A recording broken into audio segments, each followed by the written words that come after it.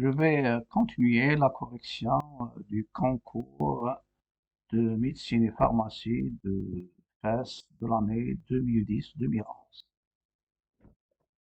La question numéro 5.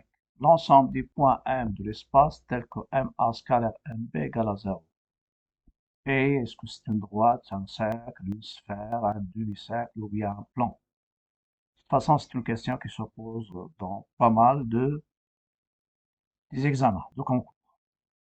La première chose, lorsque je prends M appartenant à la sphère, si je prends la sphère de diamètre AB, qui est le centre, bien sûr, oméga, c'est le milieu, et le rayon, c'est oméga, c'est la distance AB sur 2. Et ça, c'est une propriété, déjà, il est connu dans le cercle aussi, dans le plan, pardon.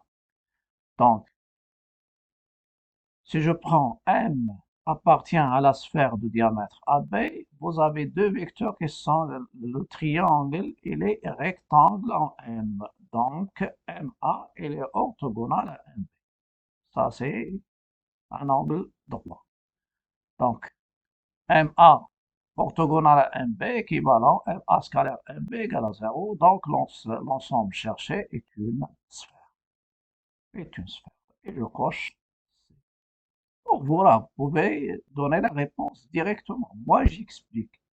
Mais toi, dans le cours, il y a MA scalaire MB, c'est la sphère de diamètre AB. Donc, tu coches directement S. Il faut savoir gérer le temps. Pour moi, j'explique. La question numéro 6. Elle vous donne g de x, c'est ln de la racine cubique de x, qui est définie sur R étoile. Et j'insiste que le symbole racine cubique, ce qui est à l'intérieur, il faut qu'il soit positif ou nul, et puisqu'il y a ln, donc tout ce qui est à l'intérieur doit être strictement positif. Est-ce que la dérivée de g, est-ce que c'est a, b, c, d? Donc, c'est pas la peine de tâtonner, je calcule. Vous avez g de x, c'est ln de la racine cubique de x.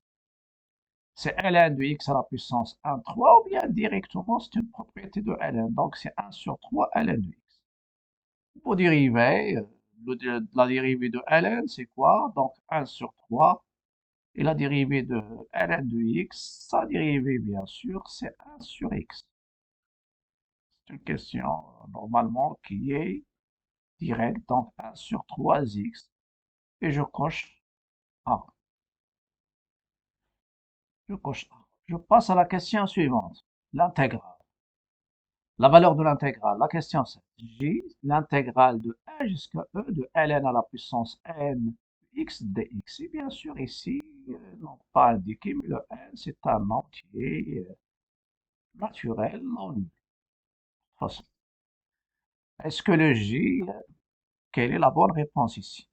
Je donne des astuces, bien sûr, de astuces intégrales. Parmi ces astuces, primitive de U', U à la puissance n, c'est 1 sur n plus 1, U à la 1 sur n plus 1, U à la puissance n plus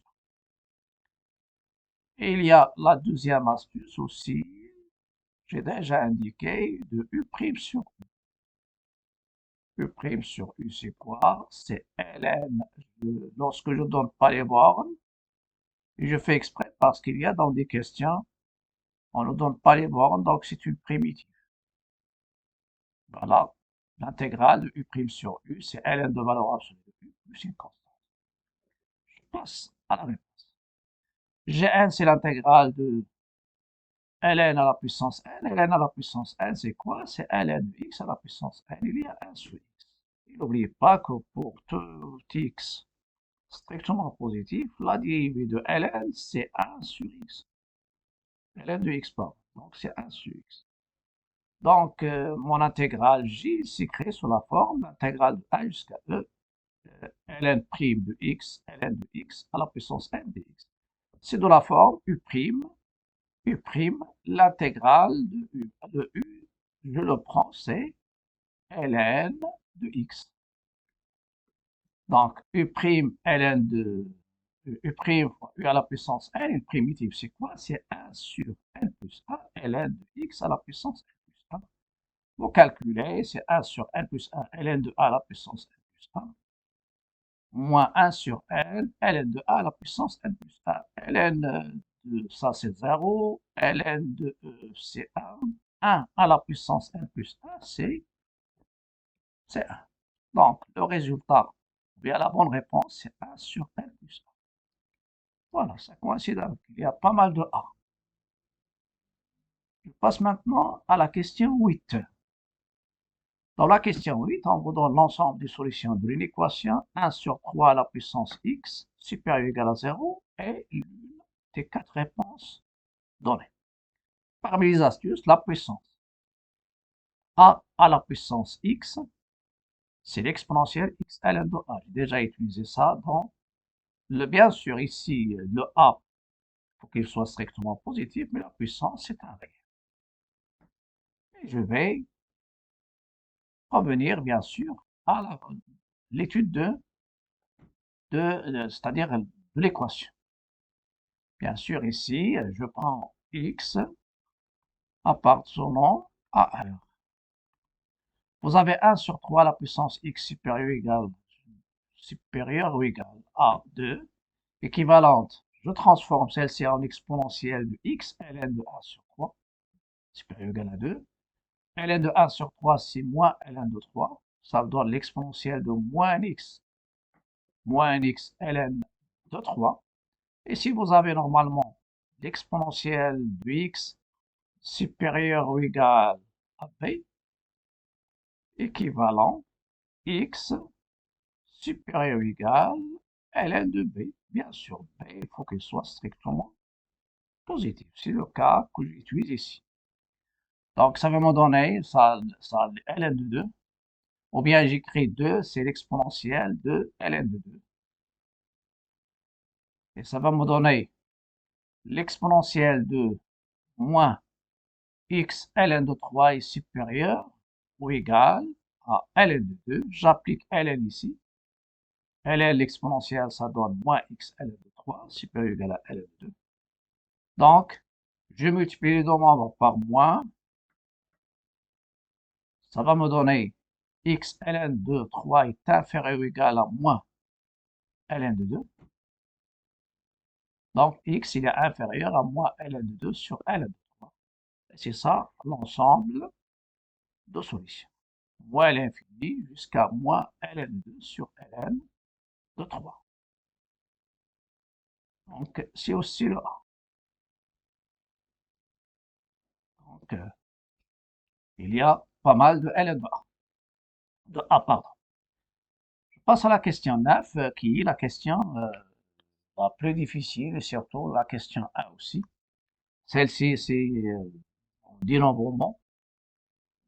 Et il est en relation avec la formule de binôme que je vais donner pas mal d'astuces dans cette question.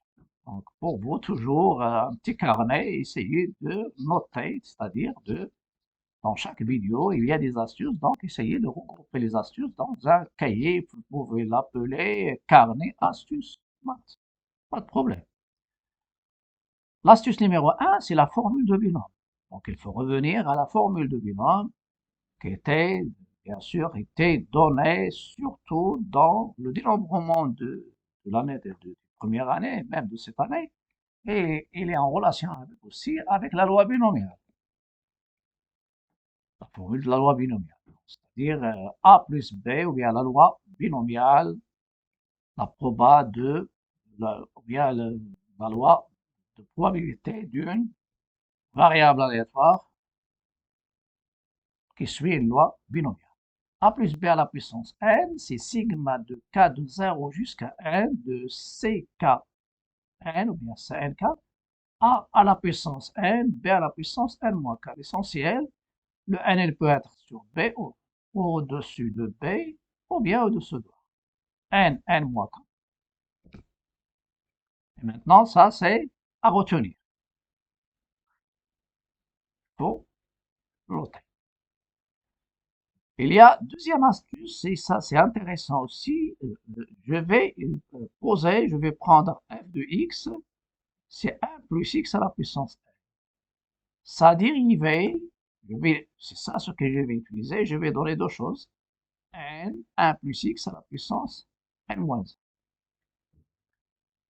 1. Donc, f de x, je peux l'écrire, il est écrit de deux manières. La première manière, c'est la puissance de 1 plus x. La deuxième manière, avec bien sûr, les sigma, la formule de Binet. Donc, f de x, il va s'écrire sigma de cnk, x à la puissance k, n à la puissance n moins. Le k, il peut être le 1 ou bien le x, pas de problème. Donc, k de 0 jusqu'à 1. Donc, f de x, parce que 1 à la puissance, je veux les sceller, x à la puissance k est n moins 1. Donc, sigma de ckn, x à la puissance k, k varie de 0 jusqu'à n. Ça, c'est f de x. Si je remplace x par 1, ça va vous donner f de 1, parce que x à la, 1 à la puissance k, c'est 1. C'est sigma de ckn, c'est 2 à la puissance n. Et aussi, il y a une relation entre cette puissance et le cardinal de l'ensemble de parties d'un ensemble. Avec un ensemble qui est formé de n éléments.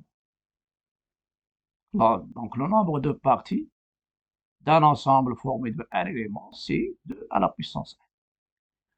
Donc, ça, c'est pas dans, c'est uniquement se donner comme astuce, mais je vais utiliser f' maintenant pour répondre à ma question. L'astuce 3, f' de x, c'est quoi? C'est la dérivée de sigma de k de 0 jusqu'à n de ckn x à la puissance k, dérivée. Ça, c'est la dérivée de la somme, c'est la somme des dérivées. Ça, c'est une constante. La dérivée de alpha f, c'est alpha f'. Donc, dans la dérivée, je vais trouver le ckn, ça reste, et je dérive x à la puissance k, c'est k fois x à la puissance k moins 1. Et la puissance, pour qu'elle soit positive ou nulle, donc le k, il varie de 1 à n. Donc, ça, c'est f' de x. Et on sait que f' de x, d'après étoile, elle est égale à n facteur de 1 plus x à la puissance n moins 1.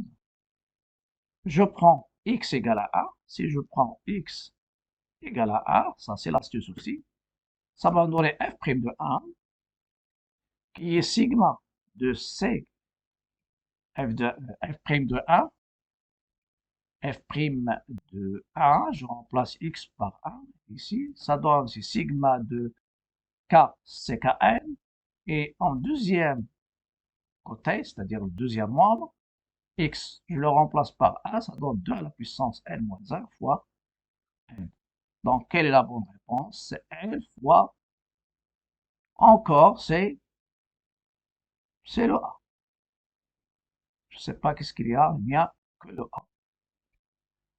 La dernière question, soit est le nombre imaginaire, la valeur de la somme S, sigma de k. Et ce sont des questions qui peuvent se poser dans n'importe quel examen, quel concours. Ça, c'était en 2011, c'est en 2024, ou bien en 2025.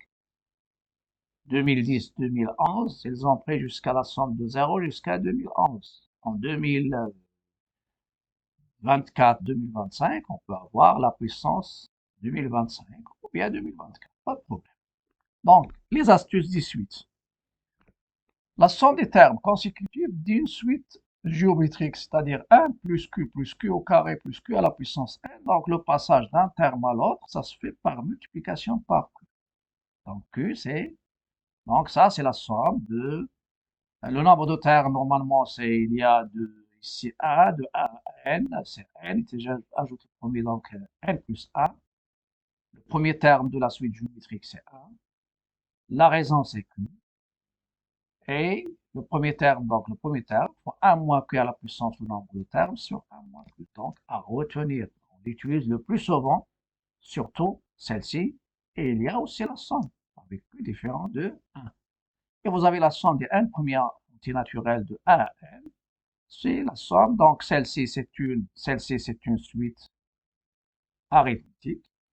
Mais celle-ci, c'est quoi? C'est une suite géométrique. c'est sigma d'une suite géométrique, et ça, c'est sigma d'une suite arithmétique. Le premier terme, 1 et de raison. Donc, c'est le nombre de termes, n plus 1, fois le nombre de termes de 1, c'est n, pardon, fois la somme du premier avec le dernier. La somme de 1 plus n, c'est n plus 1, multiplié par n, le nombre de termes divisé par 2. Donc, n, c'est sigma de k de 0 jusqu'à 2011 de i à la puissance k. Donc, c'est de i0, c'est i0 plus i1 à la puissance 1 plus i au carré jusqu'à i à la puissance 12. Ça donne 1 plus i carré plus i à la puissance. Et dans ce cas-là, je vais remplacer le q, je vais le remplacer par i. Donc, ça va me donner 1 moins i à la puissance 2011 plus 1, c'est 2012 sur 1 moins i. Et je vais calculer i à la puissance 2012. Si je divise 2012 par 2, ça c'est un nombre pair, ça donne 1016. Donc i à la puissance 2012, c'est parmi les associés, c'est i au carré 1006. I au carré, c'est moins 1. Moins 1 à une puissance paire, c'est 1. Donc ça va vous donner 1 moins 1 sur 1 moins i. C'est 0. Bien sûr, ça termine ce concours. Il y a la partie 1, je l'ai déjà donné. Maintenant, c'est la partie 2. Et je vais cocher aussi le A. Mais je ne sais pas pourquoi il n'y a que les A. Il faut faire attention. Donc, ça sera tout pour cette vidéo. N'oubliez pas de liker, partager, de commenter. Et à bientôt. À la prochaine.